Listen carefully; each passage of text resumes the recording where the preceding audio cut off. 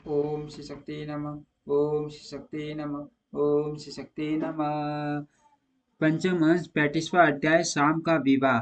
श्री मैत्रेय जी बोले, हे ब्राह्मण, अब मैं फिर मटी मटीमान बलभद्र जी के पराक्रम की वार्ता सुनना चाहता हूँ। आप वर्णन कीजिए। हे भगवान, मैंने उनके यमुना कृष्णादि पराक्रम तो सुन लिए। अब हे महाभाग, उन्होंने जो और भी और विक्रम दिखलाए हैं, उनका वर्णन कीजिए। श्री पराशर जी बोले, हे मैत्रेय, अनंत अपर में धरणीधर शीर्षा अवतार श्री बलराम जी ने जो कर्म किए थे वह सुनो। एक बार जाम्बवती नंदन वीरवर वर शाम ने स्वयंवर के अवसर पर दुर्योधन की पुत्री को बलात् हरण किया। तब महावीर, कर्ण, दुर्योधन, भीष्म और द्रोण आदि ने क्रुद्ध होकर उसे युद्ध में हराकर बांध लिया। यह समाचार पाकर श्री कृष्णचंद्र आदि समस्त यादवों ने दुर्योधनादि पर क्रुद्ध होकर उन्हें मारने के लिए बड़ी तैयारी की। उनको रोक कर श्री बलराम जी ने मदिरा के उन मार्ग से लड़खड़ाते हुए शब्दों में कहा, कौरवगण मेरे कहने से शाम को छोड़ देंगे, अतः मैं अकेला ही उनके पास जाता हूँ। श्री पराशर जी बोले, तदंतर श्री बलदेव जी हस्तिनापुरी के समीप पहुंचकर उसके बाहर एक उद्यान में ठहर गए। उन्होंने नगर में प्रवेश नहीं किया। बलराम जी को आए आए जान दुर्योधन ने आदि राजाओं ने उन्हें गौ अर्घ्य और पांड्यादि निवेदन किए। उन सब को विधिवत ग्रहण कर बलभद्र जी ने कौरवों से कहा, राजा उग्रसेन की आज्ञा है, आप लोग शाम को तुरंत छोड़ दे। हे दिविजतम बलराम जी के इन वचनों को सुनकर भीष्म, द्रोण, कर्ण और दुर्योधन आदि राजाओं को बड़ा क्षोभ हुआ और यदुवंश को राज्य पद के अयोग्य समझ भाई आदि सभी कौरवगण कुपित होकर मुसलधारी बलभद्र जी से कहने लगे, हे बलभद्र, तुम यह क्या कर रहे हो? ऐसा कौन कौन यदुवंशी हैं जो कुलोत्पन किसी भी वीर को आज्ञा दे? यदि उग्रसेन भी कौरवों को आज्ञा दे सकता है, तो राजाओं के यज्ञ कौरवों के इस श्वेत शस्त्र का क्या प्रयोजन है? हे बलराम, तुम जाओ अथवा रहो, हम लोग तुम्हारी या अग्रसेन की आज्ञा से अन्याय कर्मा शाम को नहीं छोड़ सकते। पूर्व काल में कुकुमुर और अंडक वंशी यादव गण हम माननीयों को प्रणाम किया करते थे, सो अब वे ऐसा नहीं करते हैं तो न सही, किंतु स्वामी को यह सेवक की ओर से आज्ञा देना कैसा है? तुम लोगों के साथ सम्मान, आसन और भोजन का व्यवहार करके तुम्हें हम ही ने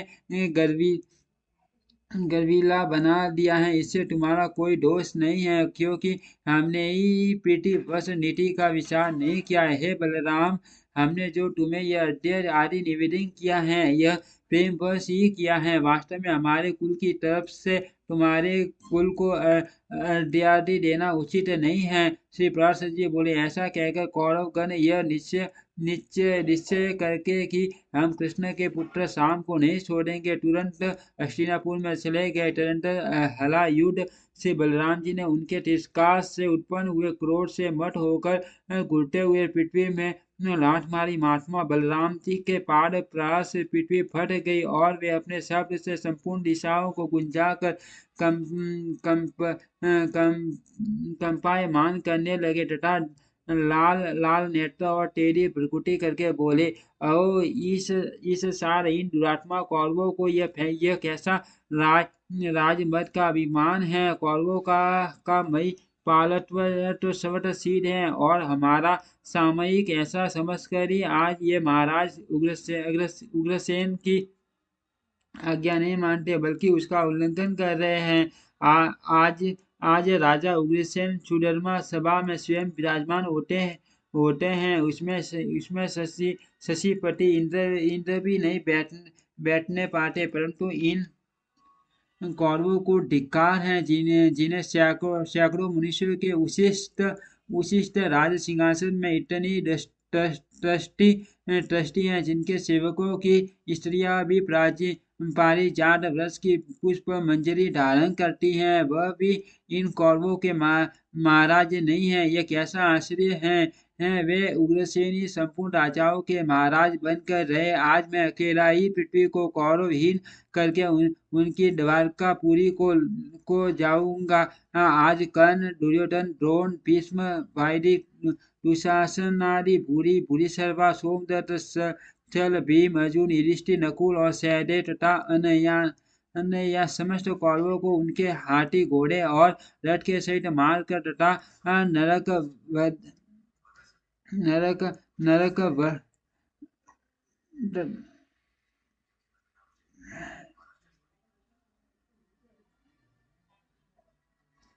मारकर नववध के साथ वीरभद्र शाम को लेकर ही मैं द्वारकापुरी में जाकर उग्रसेन आदि अपने बंधुओं को देखूंगा, अथवा समस्त कौरवों के सहित उनके निवास स्थान इस हस्तिनापुर नगर को ही अभी गंगा जी में फेंक देता हूँ। श्री पार्षद जी बोले। ऐसा कहकर मर्द से अरुण नयन मुसल्ला युद्ध से बलभद्र जी ने हल्की हल्की नोक को हस्तिनापुर के खाई और दुर्गत से युक्त प्रकार के मूल में लगाकर खींचा। उस समय संपूर्ण हस्तिनापुर सहसा डगमगाता देख समस्त कौरवगण शुभ्र शीत होकर भयभीत हो गए और कहने लगे, हे राम, हे महाभाव, क्षमा करो।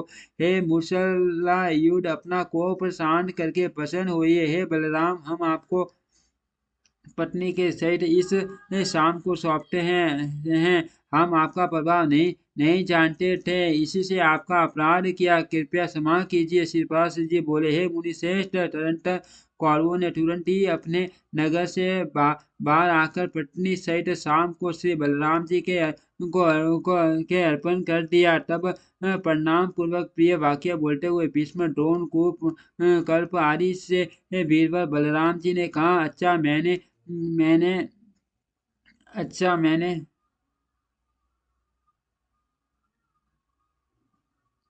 क्षमा किया है।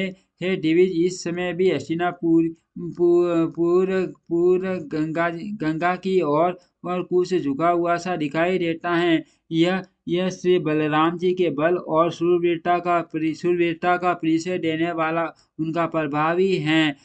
तदनंतर कौरवों ने बलराम जी के सहित शाम का पूजन किया तथा बहुत से दहेज और वधु के सहित उन्हें द्वारकापुरी भेज दिया। इति श्री विष्णु पुराणे पंचम अंशे पंचत्रिंशो अध्यायम्।